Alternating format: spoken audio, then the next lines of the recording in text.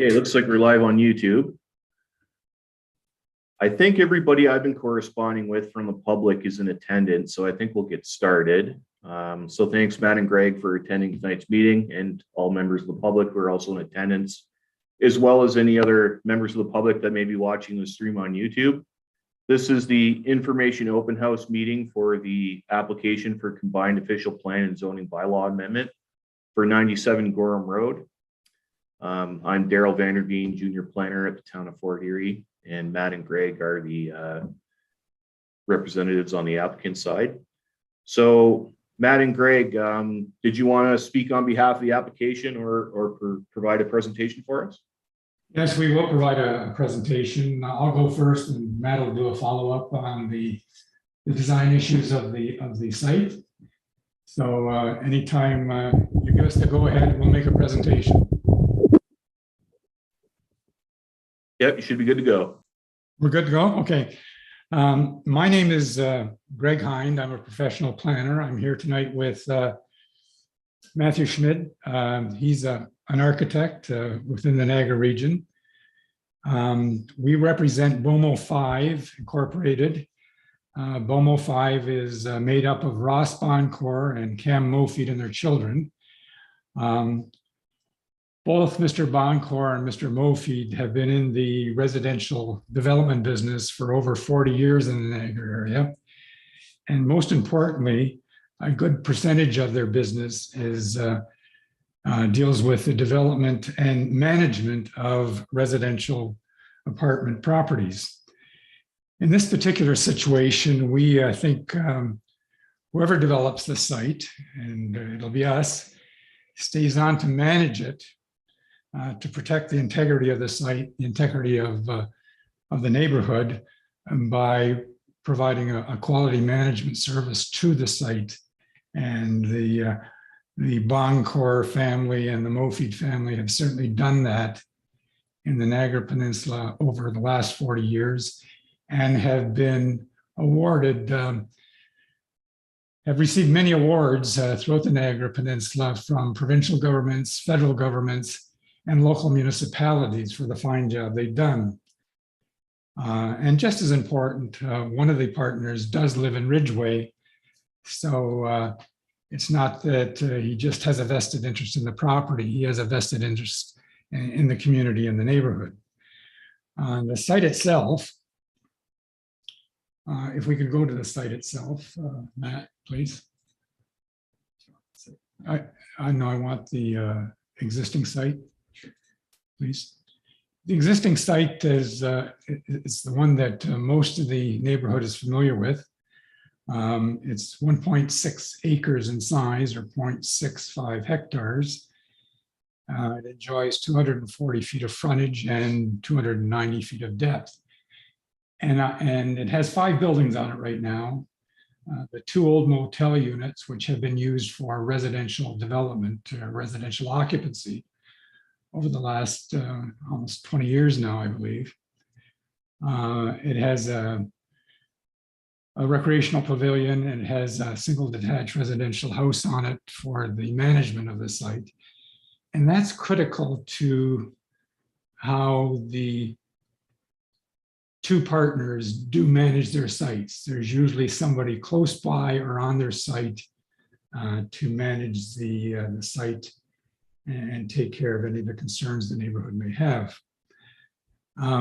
The frontage and the depth also allow us to fit the development we have before you on the site without squeezing a large, tall building on the site. The rule of thumb, and it's enshrined in many municipal documents, is that you should have a minimum of 100 feet of frontage before you start contemplating the redevelopment of the site for apartment building use. And that's enshrined in most documents. In this case, we have 240 feet. The other thing I'd like to talk about is the site has reached its functional obsolescence on 2 or 3 occasions. As longstanding neighbors may recall, it was used as a motel site until that no longer worked or was no longer viable. And that was changed over to the site we see now, where units were converted, motel units were converted into residential units, and it's worked very well. It's worked very well to the point where we are now in a new environment in regards to where do we put the people coming into the Niagara area? How do we house them? How do we provide housing that's affordable to the entry-level residents of our neighborhood and the people who are looking for retirement living? This site is zoned for apartment living. It's zoned for a 4-story profile of height. And there are 4 other sites on Gorham Road that have this type of zoning on it and this same type of designation. The designation in the official plan allows for apartment use and allows for townhouse development on the site. We feel very fortunate from a urban use, from a design point of view, that we have a site as large as we do to accommodate a very unique development. Instead of, as I said, squeezing it all into one site, we have the ability to separate into 2 buildings of 4 stories, 2 36-unit apartment rental accommodations. As I said, they have 36 units apiece. There's 89 parking spaces associated with it. And it's nicely backdropped by an old escarpment, not an old escarpment, an escarpment that runs through the south section of the property and abuts the property, buffering it from the intersection and the intersection noise. It also provides a nice vegetative buffer to the backdrop of our 2 buildings.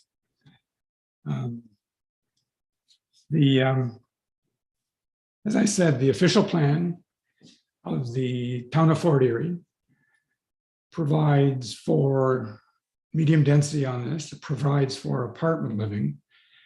And we have the zoning and the designation in place now to do an apartment residential development.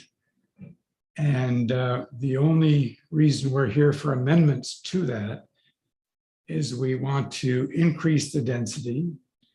We want it to be accommodated into 2 buildings. By accommodating it into 2 buildings, we provide for a certain amount of spacing, and it requires certain modifications to the setbacks that we're taking a look at. As I indicated before, that if I could just go to the site plan. There's the site plan that we're proposing. It has 89 parking spaces, most of which are contained in the rear of the property. They don't front on Gorham Road. We have some on the side, mostly for accessible parking. And all the accessible units are on the main floor. The front yard setbacks and side yard setbacks are the normal type of setbacks that are associated with this type of development. The unique part of this is we are removing all sorts of parking, all the parking, in fact, from the front yard. So what you're going to see on Gorham Road is the landscape portion, the connectivity to future sidewalks, and of course, the design of the building, which Matt will talk about. While I'm discussing the town of Fort Erie's policy guidelines, which encourage infill and intensification and support this apartment development on this site. In fact, they have supported apartment use on this site for a number of years. And this site is really governed by the Thunder Bay Ridgeway secondary plan, which the residents of Ridgeway and Thunder Bay have participated in and designated our site, along with 4 other sites along Gorham Road, for apartment residential living. So we're not the only site that's designated for apartment residential. And there are 4 other sites along Gorham. And in fact, the site right across the road to the east of us is designated for that same type of purpose. In our presentation to staff, and we first met with them, I think it was over 2 years ago now, they asked us to do a number of things. They asked us to review their documents, to review the provincial policies governing this site and their town, Fort Erie, to review the regional municipality of Niagara documents governing this site, and see if they would support what we were proposing to them at that time. I can say as a professional planner that after that review, that all those documents, all those policies promote and support infill development, which this is, support and promote intensification of sites, promote and support using existing infrastructure, because extending infrastructure today is a very expensive procedure that municipalities have to undertake. In this case, the site is fully serviced with water, sewer, and storm, and all the other utilities are available to the site. It's on a major north-south route, Gorham Road, so public transit is available. And the provincial documents talk about, along with the local documents, talk about compact forms of development. I'll let Matt talk about good urban design, but just before I do that, when we did meet with the municipality 2 years ago, they asked us to do a number of support studies governing this site. And those support studies involved doing a functional servicing report. And that's where you hire professional engineers to determine that this site can be serviced with municipal services. And I touched upon that, and services do go into the site as we speak. They service the 2 apartment residential units, apartment building residential units on site, and a single detached. And there's plenty of capacity in the system to accommodate the proposed development. They also asked us to take a look at the environmental impact of the proposal from 2 aspects. One is the environmental impact in regards to unique vegetation on site, unique habitats on site, and animal habitats. We did that. We hired a consultant in regards to the unique trees. They are to the south of us. They're on another property owner's property. We're set back sufficient enough from that site to protect that unique aspect of the area. And we had a consultant do that for us, and they were Niagara Resource Solutions. They've come up with a tree plan for the site. If any of the parking units that we have in the rear of the property reduce or remove the habitats for trees, the recommendation is we replant with similar trees. The environmental analysis in regards to, is there anything on site that will environmentally impact the quality of living for the future residents? And it was determined that all the contaminants of the site are associated with the existing development, which we're getting rid of. And by that, I mean, it used to be heated with oil. Some of the oil connections were still in place. They will be removed. the painting of the units, some of it took place many years ago when lead paint was used. And that type of situation will be removed and disposed of. And yes, asbestos was used in the development of these two buildings. That will be removed and deposited in a special area. So we're replacing this area that has some certain contaminants associated with it with two new buildings that will use the most modern, efficient type of building materials, be energy efficient, and certainly not have an environmental impact. We analyzed the traffic in the area, and I know some of the residents who submitted letters to the municipality are concerned about the traffic. We had traffic consultants look at the area, and they determined two things.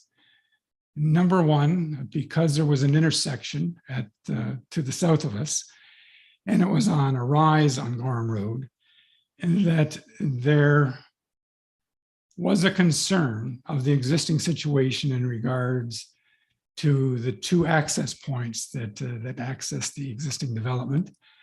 That was an existing situation.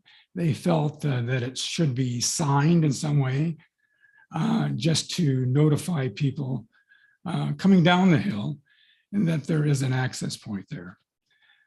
We've reduced the number of driveways on the site at the suggestion of our traffic consultant, and the same situation does exist.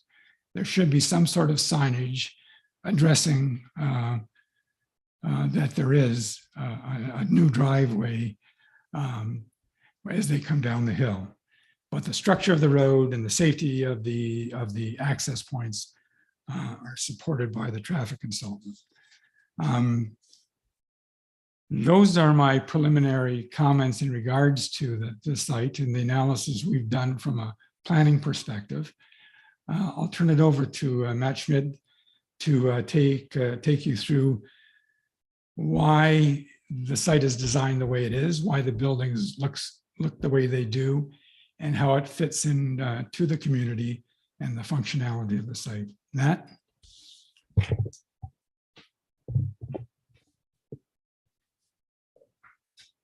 Thanks, Greg. So I'm just going to continue the presentation now with a bit more of a focus on the architecture. So this project strives to improve the underutilized site in alignment with the aspirations of the Ridgeway Thunder Bay secondary plan and provide much needed housing to the area. The project helps to diversify the housing types within the community. It provides 72 new units to the housing stock and supports active transportation. The project employs a forward-looking design philosophy that we feel will still fit comfortably within the neighborhood. The proposed development consists of twin buildings located to the north and to the south of the site. We chose to design the project as two 4-story buildings as opposed to one larger building to make the form as compact as possible and fit better with the surrounding area. The buildings are oriented with their shorter dimension facing the street to create a space between them while still maintaining the required side yard setbacks at the north and south end of the site. The buildings are located 6 meters from the front property line to ensure that the buildings maintain an active presence on the street. The building facades will consist of masonry cladding that will be tinted a few different shades of gray, and the shade of gray will become increasingly darker as you move up the building, and that's to play off of the lightness of the facade that's created by enlarging the windows with each successive story. And wood will also be used in the high contact areas around the building, especially at the entries and balconies, so that it creates more of a warm and welcoming experience for the users of the building. The rhythm of the facade is established by clustering the balconies together to create a strong contrast between the areas with the balconies and without. And And that's to try to reduce the fragmentation of the facade that can happen when you have lots of different balconies kind of stuck onto the outside of the building. And it kind of, but it still manages to break the building up into distinct vertical zones. Each zone is intended to mimic the proportions of an urban townhouse, and which relates comfortably to the human scale. The corners of the building are also rounded to soften their overall appearance and create a more welcoming atmosphere. The landscape plan involves creating a vegetation buffer around the building consisting of ornamental trees and flower beds, and a privacy screen of trees will be planted along the northern boundary of the site. And it'll also be coupled with a wood fence to maintain the privacy for the neighbors as much as possible. The aesthetic of the building is forward-looking, but it still remains rooted in the traditional building methods that are present in the area by using wood and masonry cladding materials. The project adheres to the 4-story height limit that's set out in the secondary plan, and aims to provide medium density housing without creating imposing building forms. The buildings also adhere to the side yard setbacks that are set out in the secondary plan. The project will have an active presence on the street by creating an outdoor amenity area at the front of each building. And the living spaces within the units will also be oriented towards the street. The building's also located at the front of the property so that the parking can be located to the rear, out of sight from the road. Bicycle parking will be provided to further encourage the use of active transportation within the city. And by providing medium density housing in close proximity to Gorham Road, it should help increase ridership and improve public transit in the area. So the primary entries to the buildings are located at the sides of each building facing the driveway. And this location allows for convenient access for pedestrians from the street while also maintaining close proximity to the parking located at the rear. Accessible parking, paths of travel, and ground floor accessible units are provided to maximize convenience for people with mobility challenges. The majority of the parking is located towards the rear of the property, and there'll be 89 spots at a ratio of 1.24 spots per unit. The accessible parking will be located along the driveway leading from the street and in close proximity to the main entrances of the building. So in closing, I believe the project will make a valuable contribution to the village of Ridgeway and the town of Fort Erie. It aligns well with the aspirations of the secondary plan by diversifying the housing types in the neighborhood and adding much needed new units to the housing stock, and encouraging active transportation. Thanks everyone for your attention during the presentation, and we look forward to hearing your comments. Thank you. Yeah, thanks, Matt and Greg. And yeah, that was pretty comprehensive. So I think going through the staff presentation would just be sort of kind of going through the same points over again. So what I'm going to do is I'll just upload the staff presentation with my comments on our website, and then members of the public can download it. I want to leave enough time for discussion with the public, so I think I'll start bringing people in. So any members of the public in attendance, if you want to raise your digital hand, I'll bring you on one by one as a panelist. And then we'll hear what comments you have for us. So I see Jean-Claude has raised his hand first, so I'll bring him on. So Jean-Claude, you'll get a prompt. So you'll have to accept that, and then you'll be brought on as a panelist.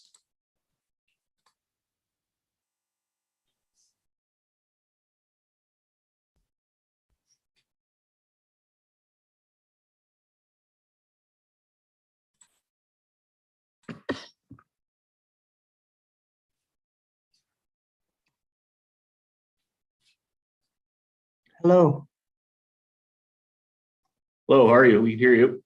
Okay, I'm just trying to get video. Okay, here I am. Oh, we can hear you and see you now. Yep. Awesome. All right. Hello, everyone. My name is Jean-Claude Lelay. I there. am a father of 5, local business owner, and new homeowner. This is our first home. We reside at 113 Gorham Road, right beside the proposed project. I mean, unfortunately, it's not anything to do with you. I was, not aware this was going on, and I am pro housing, and I'll tell you why. The last two rental houses, we were priced out of the market, and they were sold out from under us, basically. I put everything I had, life savings, into this home, and I plan to stay here a long time. We directly abut the project. Your suggested wood privacy fence is nice, but my main concern is the shadow, the shade that this is going to cast over my property, our neighbors' properties. It, in my opinion, is just too big. I read over the Ridgeway Thunder Bay secondary plan. From what I read, it does say only 3 stories, unless I'm mistaken. As of the current zoning, RM1, I am opposed to rezoning this area, and I think it can be built upon as is with a 2 or 3 story, what have you. My biggest thing is the close proximity, the size of it. A suggestion from my neighbor to the north would be that the buildings were made on the south end of the lot, and then the parking as a buffer in between. So to help with the shadow, what have you. Traffic is another big problem. We already can't get out of our driveways on Gorham Road. And when the summertime comes and all the tourists come to Crystal Beach, that is just magnified incredibly. So I have, 5 kids, like I said. 2 of them go to the local high school, 3 of them here to John Brandt. There are many children in this area. I've spoken with all my neighbors that can't get busing, and they walk, to school, from school. I think something, as far as housing is great. Like I said, we have been renting for over 10 years. We just bought a house. I want to stay here many, many years. And I would like to find some kind of a compromise where, you're not overshadowing myself, my neighbors to the north. These 3 properties were all built in 1977 by the same developer, and I have the original paperwork on that. I've been, fought fires for the town, first responder 9 years in Ridgeway, past president of the Ridgeway Volunteer Firefighter Association and vice president twice. I have been living here for 22 years. I'm from Port Colborne. My wife is born and raised in Thunder Bay on Yonge Avenue. We put everything, our whole life, into this property, and I don't want to sell. I don't want to move. I would like to stay here many, many years. We have Garrison Muffler in Fort Erie at the old Jack Shaw's. It's a very successful business. It's been around. Muffler shop started in 1980. My boss bought it in 96.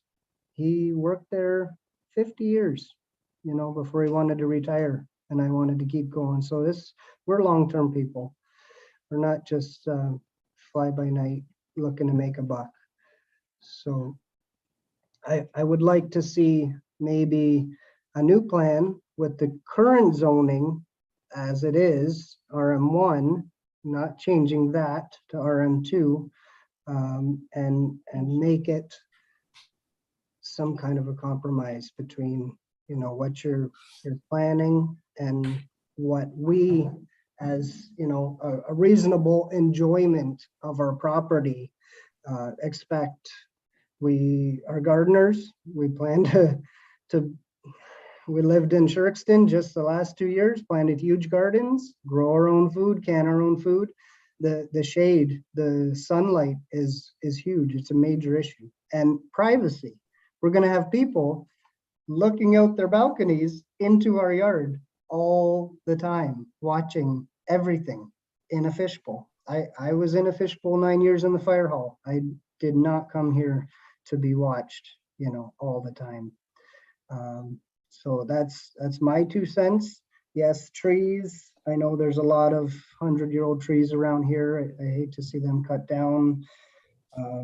There's drainage issues already. My yard is completely soaked. I'm gonna have to bring in probably about 7 dump trucks full of dirt already, which I will. The property next door is not the best upkeep. There's holes. It had just been patched, but there's holes in the side. There's it is run down, I know, and something nice and new, would be welcome. But I think it's too much density. I do believe you're trying to cram too much into a small space, and I would like to just oppose the rezoning part of it. I am pro-housing, and that's my from the bottom of my heart what I feel. Thank you. Thanks very much, Jean-Claude. We really appreciate you taking the time to come and express your concerns. And we're definitely happy to work with you to try to make some compromises and see what we can do to make it a better fit for the neighborhood. Just to touch on a couple of your points, you mentioned the shadows, which is a valid concern, and we were worried about that as well, having too much of an impact on your property, and we did do a shadow study, which we can share with you after the meeting if you'd be interested to see it. And it looks at the sun shading through 3 different times a day during the winter solstice, summer solstice, and the equinox. And I don't have it in front of me right now, but I remember being pleasantly surprised when we did do the study, because during the summer, your backyard basically still receives full sun. And then the equinox, I think it was slightly encroaching, but it wasn't too bad. And then, of course, during the winter when the sun is lowest, it does shade your backyard, but that's probably when you'll be outside the least anyways. But so for growing and things like that in the backyard, you should be okay there. You also mentioned relocating the building to the south end of the site. And the reason for us placing the 2 buildings as close to the road as possible where they're currently located on the plan is just to be in keeping with the city's policy of trying to locate the parking towards the rear of the property so that it's not facing onto the street. And for I'll let Greg talk about the zoning and the traffic, but you also mentioned the drainage and the grading. If with all new developments like this, like a drainage plan and stormwater management plan will be part of the site plan approval process. So whatever we do, the site will need to be regraded so that the water's completely contained within the site. So if there's any existing runoff that's contributing to water being in your backyard, that would be rectified in the process of the redevelopment and the regrading.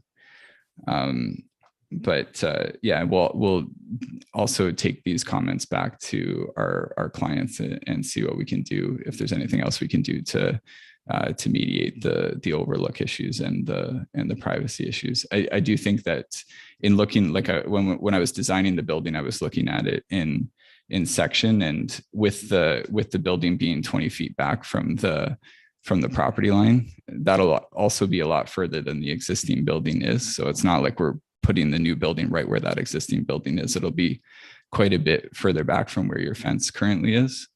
So if we do that, build a new fence and add trees, it should help a lot with the privacy concerns. And the trees would be deciduous as well, so they'll contribute to the shade as well. But in the winter, hopefully they would let more light in. So with that, I'll let Greg talk about the traffic and zoning. And I think we're probably going to lean on Daryl to verify the zoning on the property, but it's been under our understanding under the review that yes, the site is zoned RM1, but there is a number attached to it called 508, which is a site-specific zone for the property. This site-specific zone for RM1s is shared by many sites throughout Ridgeway Thunder Bay. As I said, 4 on Gorham Road, but it does allow apartment development on that site today without any changes. And it does allow 4-story development on that site today without any changes to the zoning. Our challenge here is to really collaborate with the neighborhood to make sure that it works for us from a viability point of view, but just as importantly, works for you, that you have a quality of life, that you can stay there for many, many years and enjoy that quality of life. And that's paramount in our client's mind. Our client has visited with some of the neighborhood. Our client will continue to visit with the neighbors if they want him to or want them to. And we will work on this project so we can address your concerns. And it'll definitely be a collaborative effort before we present anything to council or staff. But that's why we're here. We're here to listen to your concerns. We've heard them. Shadowing is one Matt's mentioned. Traffic is another. And as I said, we've had a traffic consultant take a look at it. There's a problem today. And those access points at the base of the hill need to be identified to the traveling public during the summer months and during travel today, that there's an access there, whether it's a sign or a blinking light. It has to inform the people that that road is for, as Matt said before, is for many more types of transportation than we're used to. It's for active transportation. Part of that active transportation is pedestrian walkways. Part of that active transportation is bicycles.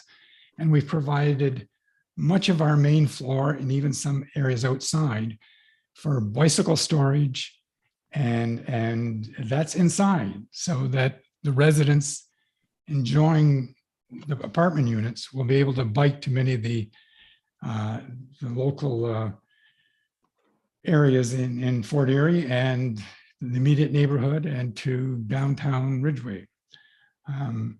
But once again, Jean-Claude, thanks for your input. We'll meet with you again and we'll collaborate on this to make it work with both of us. Thank you.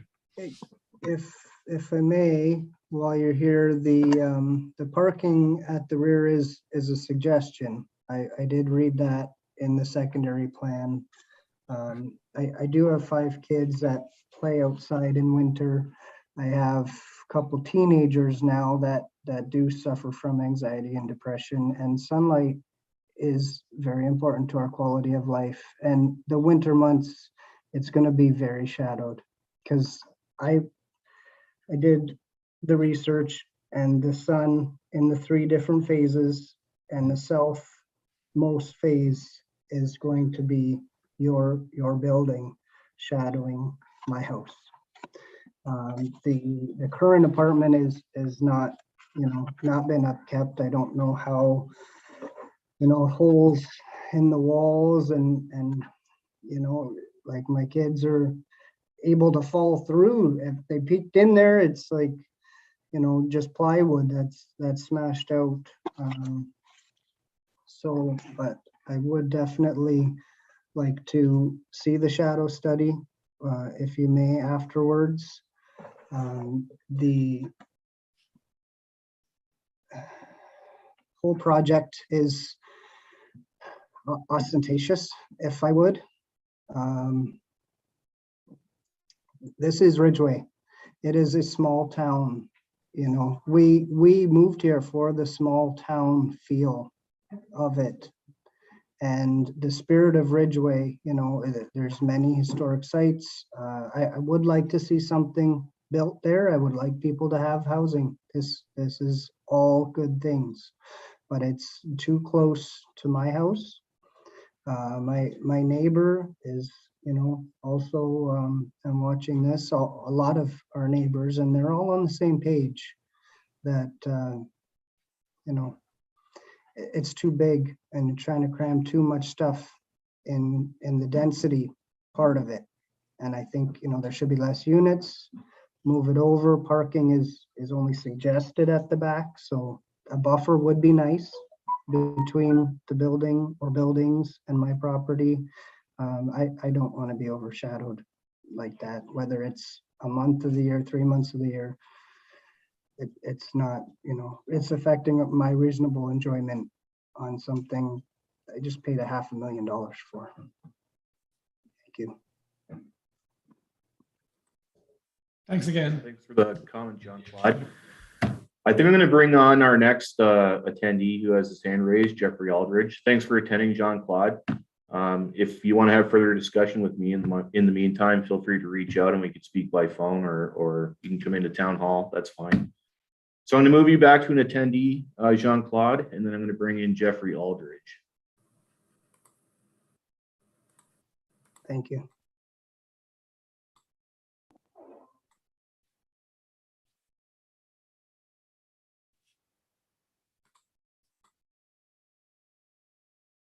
And Jeffrey, you should get a prompt to join the meeting as a panelist. So you'll have to accept that.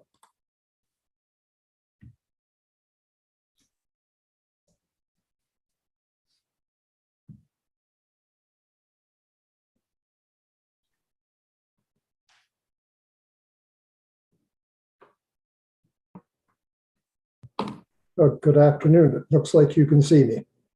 Yeah, we can see you. We can hear you. Okay. Good afternoon. Thank you for letting me attend today. As you see, my name is Jeffrey Aldridge. I live on Rebstock Road between Ridgeway and Ridge. I've become interested in development because of a project at Rebstock and Ridge Road, which has a significant problem. What all the neighborhood thinks is overdevelopment. When I saw this proposal came up, I saw similarities in terms of overdevelopment over the density that's in the official plan. As far as your individual building goes, Mr. Schmidt, I'm in no position to say that it's good, bad, or indifferent. I am just generally concerned that as residents, we hear that the plans say that there should be so many units per hectare. And every time we turn around, developers are asking for significantly more. And that is happening when our infrastructure is starting to get overloaded, our roads are getting overloaded. So I'm here out of general interest. I have several questions. Daryl, would you like me to ask the questions and then leave them to be answered? Yeah, that might be best because I could easily follow up with you for detailed answers. But if you wanted to outline them now, yeah, I'll make note of them and we'll also speak to that in the future information report to council. Okay, so that's what I'll do then. If there's any little bit of explanation around a question, I'll give it. Otherwise, I'll just ask them and then they can be answered accordingly. The first one is just technical. I saw that the reduced front yard setback is going to be 6 meters. The document didn't say what the bylaw says that the setback should be. Another development I saw that was going to be at Dominion and Gorham had the issue about getting sidewalks to go to the plaza down there where the supermarket is. I didn't see in any of the diagrams whether there will be sidewalks so that people in this development will be able to safely walk south down to the supermarket. At the other development, a comment was made that there should be enough sewer and water capacity for that development. Now I see your development, and with 4 others, I am concerned with a comment from one of them that says that the sewer should be significant. Well, if we're going to have 5 more developments, how are we going to be really sure that there is the infrastructure, that the sewers will be able to handle the extra load? Another concern I have, and this relates to the other development that we're interested in, is the 1.25 cars per unit. It's my experience these days that most people with 2 working people, at least half of them have 2 cars. So at 1.25 cars, that means 3 units would only be allowed to have 1 car, and the 4th unit could have 2 cars. My concern is you have no control once you've built the unit. You have no control over how many cars people have. So if there are more than 1.25 cars per unit, we end up with overflow parking on the street, and we just generally get overdeveloped. I have another general question that's more related to the secondary plan, and either Mr. Schmidt can answer it or Daryl. Did the secondary plan revise the density? I know you made reference to the secondary plan. Did the secondary plan revise the development? And I apologize, I've forgotten the name of the planner. You made a comment about frontage. I wasn't listening closely enough. You said that normally frontage needs to be 100 meters. I wonder if you could just help me out by repeating what you said about that. Those My are name the is- questions. Okay. I'm sorry, go ahead. I'm just saying thank you very much. Okay. I'll respond to that last comment because I like people to know my name. So my name is Greg Hind, and have been doing land use planning in the Niagara region for way too many years. And for the comment in regards to the frontage, many bylaws in the regional municipality of Niagara have requirements for apartment development. One of those requirements is frontage. It's 100 feet, not 100 meters is the requirement, okay? And we have, I believe, 240 feet of frontage on this site, something like 34 meters. But anyway, we have sufficient frontage to be fairly flexible with the design, and that's the only way we could take a look at the 2 building scenario, to be truthful with you, is the amount of frontage we did have on the roadway. And it provided us the opportunity to go to the 2 building and respect the height requirements of the secondary plan and to respect the height requirements of the zoning bylaw. Many times that we do this type of development in the Niagara region, we're confronted with smaller frontages and we have to do a squash of the building and go up as a result of squashing the building from both sides. This type of situation is we have the flexibility to provide adequate buffers on both sides. We have to provide nice green areas to complement the building, to complement the streetscape. And it just works. It's a good site. It's a great looking twin building, and we're very proud and to present it to you. But at the same time, you have some very good questions, and they should be addressed. And we will work with Daryl to address them. Thank you. And thank you, Mr. Hines. Yeah, just pitch or pipe in here, Jeffrey. I'm going to be uploading the staff presentation to the website. So to get there, you just click that same link you clicked to get the Zoom link earlier today. And my notes are on there, and that speaks to the zoning and density and whatnot. So yeah, maybe take a look at that presentation, and then if you want any follow-up discussion, just let me know. I will send you a follow-up email. Sounds good. Okay, Daryl, thank you. Yeah, thanks.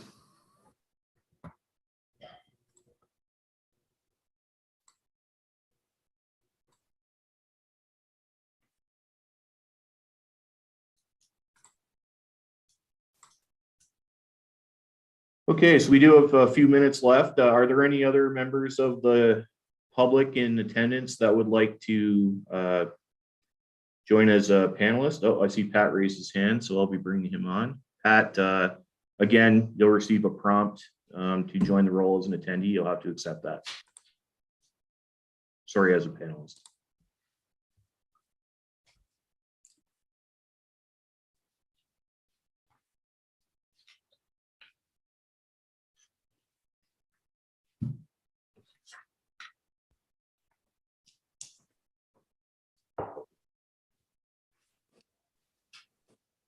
But we gotta get a picture.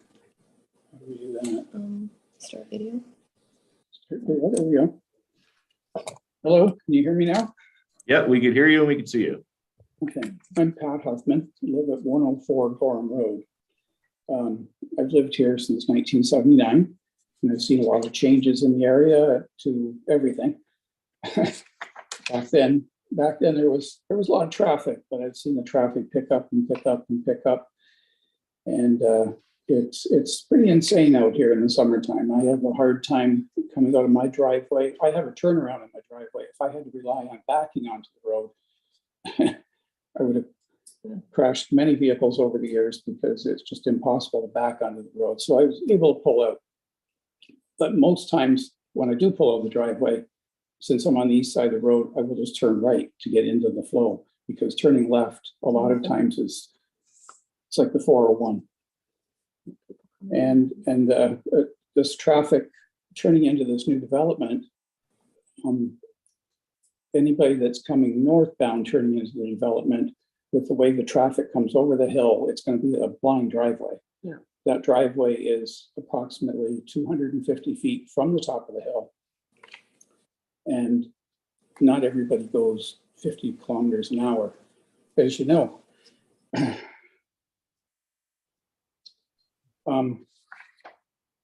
That's the one issue, the traffic, as we've discussed before. Everybody has touched on that topic.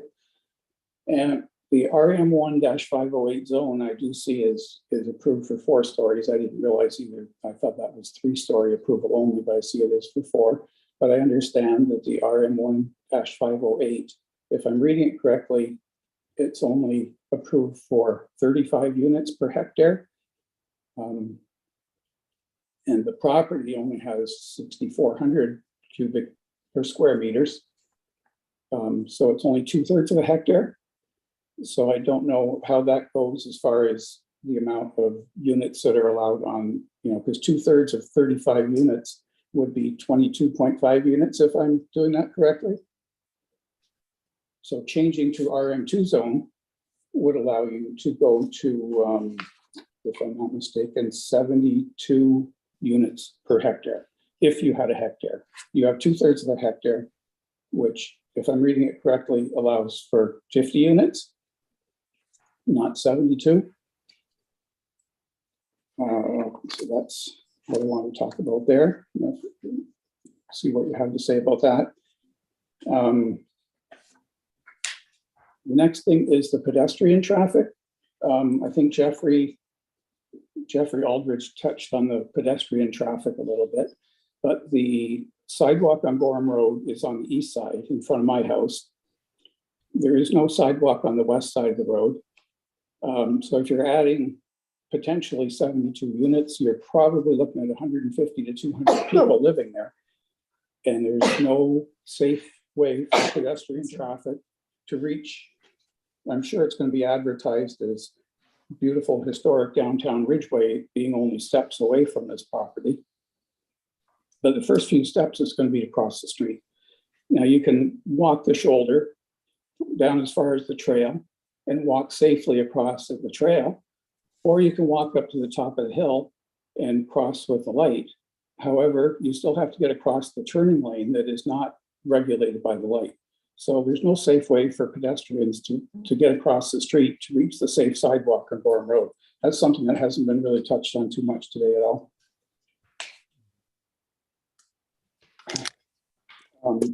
I also want to say that 4 stories, I know it's approved for 4 stories, but it really doesn't fit the downtown or the atmosphere of small town Ridgeway. It's way too much.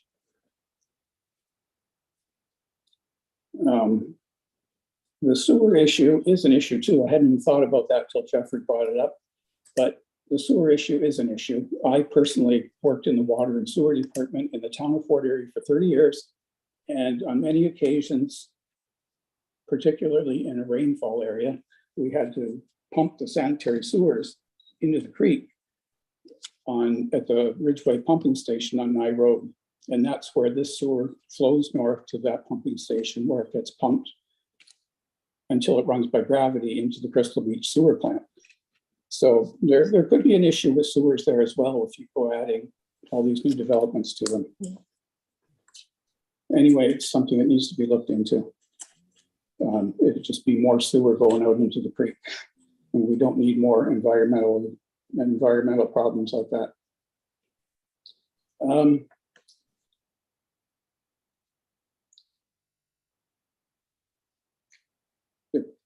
Probably should be a sidewalk all the way down to the trail, in which case I don't know if a 6 meter setback would be enough. I know on the RM2 it's 7.5 meter setback that's required. On the RM1 it's only 6, so that's something. And the parking spaces, as was just discussed, is an issue too, at 1.25 when it should be 1.5. And I think I've touched on everything I have to say there at this point.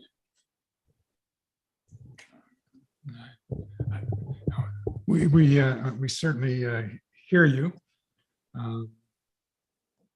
Your comments are certainly valid. They're valid with every development that takes place along Gorham Road. And what we can't solve is the popularity of the area, the traffic that it encourages, which there's a good and bad to that situation. But the resident, and I said this before, but the residents of Ridgeway and the town staff and town council worked on this secondary plan many years ago, several years ago. And they identified sites that should accommodate apartment dwellings. 4 of those sites are on Gorham Road. I don't know if you live directly across from the site on Gorham. But Yes, well, do you? yes. So your site is zoned and designated for that purpose also. Well, I'm at 104, so it's the very first property north of there. I am R1. It's the first single family. Oh, so you're the first single family and next to that property that's at the corner of Far Road. Yeah. Yes. And Gorham. Okay, got it. Okay, fair enough. We'll take a look at it. We'll work with the town. We'll get back in touch with you. We'll share the changes we make if we do make any, and hopefully we'll take your concerns, and it'll be a collaborative effort. That's for sure. Thank you. Okay. Well, thank you, Greg. And the only thing that I wanted to add was regarding the sidewalks. Like definitely our intention is to try to encourage active transportation as much as possible, whether it's pedestrians or bicycles, and we're happy to work with the city to try to work out the pedestrian access on the street and the signage for the traffic as well, to make it as safe as possible. Because like you said, it is pretty close to the downtown area, and it would be it would be nice for people to be able to safely access the trail and downtown as well. So yeah, we'll definitely keep that in mind in our conversations with Daryl moving forward. Thanks again for your comments. We really appreciate it. Okay, thank you, Matt. Yeah, one of the things, pardon me, I hate to interrupt, but one of the things we've considered in other developments where pedestrian and vehicular conflicts certainly are an issue, and they're more of an issue with the higher density you put on a site. But sometimes with active transportation, and the municipality embraces that, walking is part of that active transportation. And providing certain connectivity from this site across the road to the sidewalks on the east side can be done with different road materials for pedestrian crossings, different signage for pedestrian crossings, so that the warnings are that pedestrians have just as much right to that roadway and that crossing as vehicles do. And you better darn well share that ability to provide for both or for all three bicycles.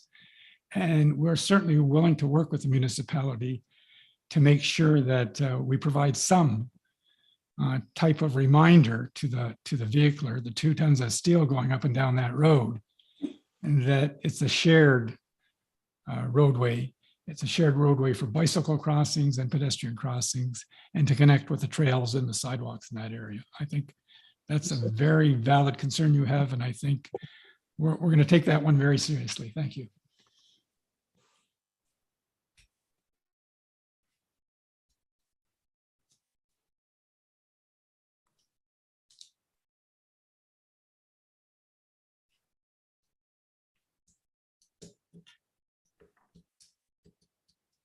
All right, Jeffrey, I see you have your hand up, but I just want to see Janice or Kate, did you want to make any quick comments? We're kind of at the end of our time slot, but I do want to give you a chance to make some comments as well if you have any.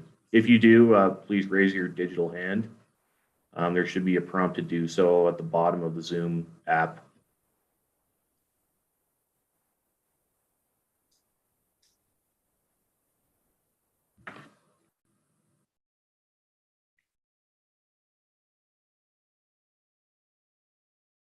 Oh, Tate did raise his hand. So Matt and Greg, I know we're beyond 6, but I'm just going to bring them on so we can kind of give everybody a chance to try to put some feedback. Yeah, of course. We can stay here all night if you want. Yeah, so Tate, you'll get a prompt to join as a panelist, so accept that and you should be brought on.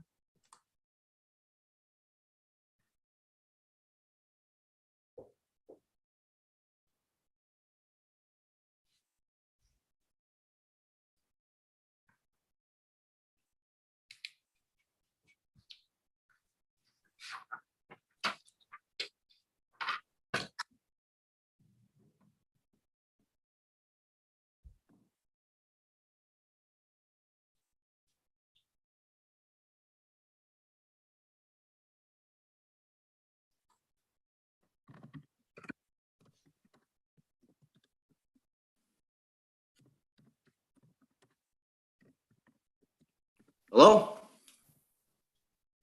Hi, Tate, we can hear you and we can see you. Hi. Hi, good afternoon. How are you? I live at 119, right next door to John. I agree with everything everybody's saying. My biggest concern is the height of the apartment, because we are 60 feet away from the property line there. So there will be constantly people looking straight down into mine and John's backyard. So that would take away of the enjoyment of our pools, and any enjoyment of our backyard would be gone. So that's my biggest concern. And I agree with everything else everybody said. So, yeah. Thanks, Tate. Yeah, we'll definitely take that into consideration and see if there's anything else that we can do to improve the privacy concerns, because it's definitely a valid concern. And then once again, if you did push both buildings to the south and had an east and west building with all parking lot to the north, the apartment would have a nice backdrop onto the ridge there. And then we would have a buffer between the apartments and our property with all parking lot. Right. So, yeah, I think the footprint needs to be changed a bit. Yeah, and we definitely considered that that configuration too earlier on, and in conversation with the city, it was having the parking at the back was more of a priority, but we'll revisit that with Daryl and the city and see if there's something that we can do to increase that buffer to the north property line. Yeah. All right. Yeah, and there on the balconies in the overview, there is a policy in the Ridgeway secondary plan that is called sort of eyes on the public realm. That means eyes on the road, eyes on the parking lot for the majority of the balconies. And we've attempted to do that in the design. And that's not only for the aesthetic views of the people occupying the units, but it's to ensure the privacy of the adjacent landowners, number one. But number two, it's a security situation too. If you have eyes on the parking lot and eyes on the roadways coming into the development and eyes on the roadway, you ensure a certain type of security. There's always somebody watching out for you as you're coming from that parking lot into the unit development. And we've tried to build that into the design, and that's an important aspect of the security of the building too. Yeah, but I'd rather have all south-facing balconies looking at the parking lot than into my backyard, right? Yeah, we understand that perfectly. Yeah, of course. All right, thank you. Thanks, Kate.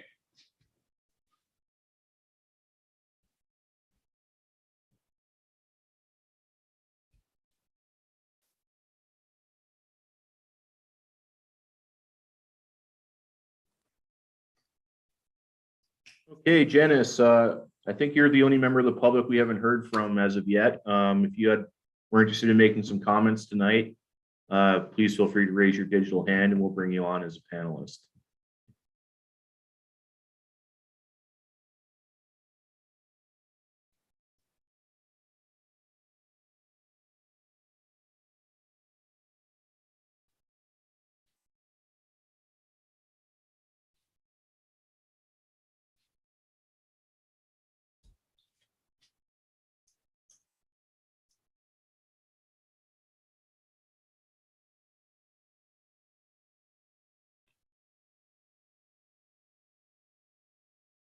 Okay, it doesn't look like it. Janice, if you have any questions or want to have any discussion with staff, I know we've already emailed each other a couple times back and forth, so feel free to reach out and we could certainly set up further discussion. Matt and Greg, I think we've reached the end of the information open house for this evening, so we did get a lot of feedback that both you and I will have to consider moving forward. Yeah, I think that's pretty much it. Yeah, thanks for attending tonight. And Greg, maybe you and I can set up a chat to discuss tonight's meeting. Let me know it works. Yep, we will certainly do that, Daryl. And thanks for the invitation to this open house, and thanks for the participants. We certainly appreciate their input. Thanks very much. Great, thanks. Yeah, and thanks everybody for attending tonight's meeting and anybody who may be watching this on YouTube.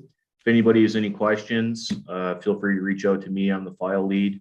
Again, my name is Daryl Vanderveen and I'm junior planner at the town. If you want to give me a call, the town's number is 905-871-1600, extension 2509. All right, I think I'm going to wrap it up. Have a good evening, everybody. Thanks.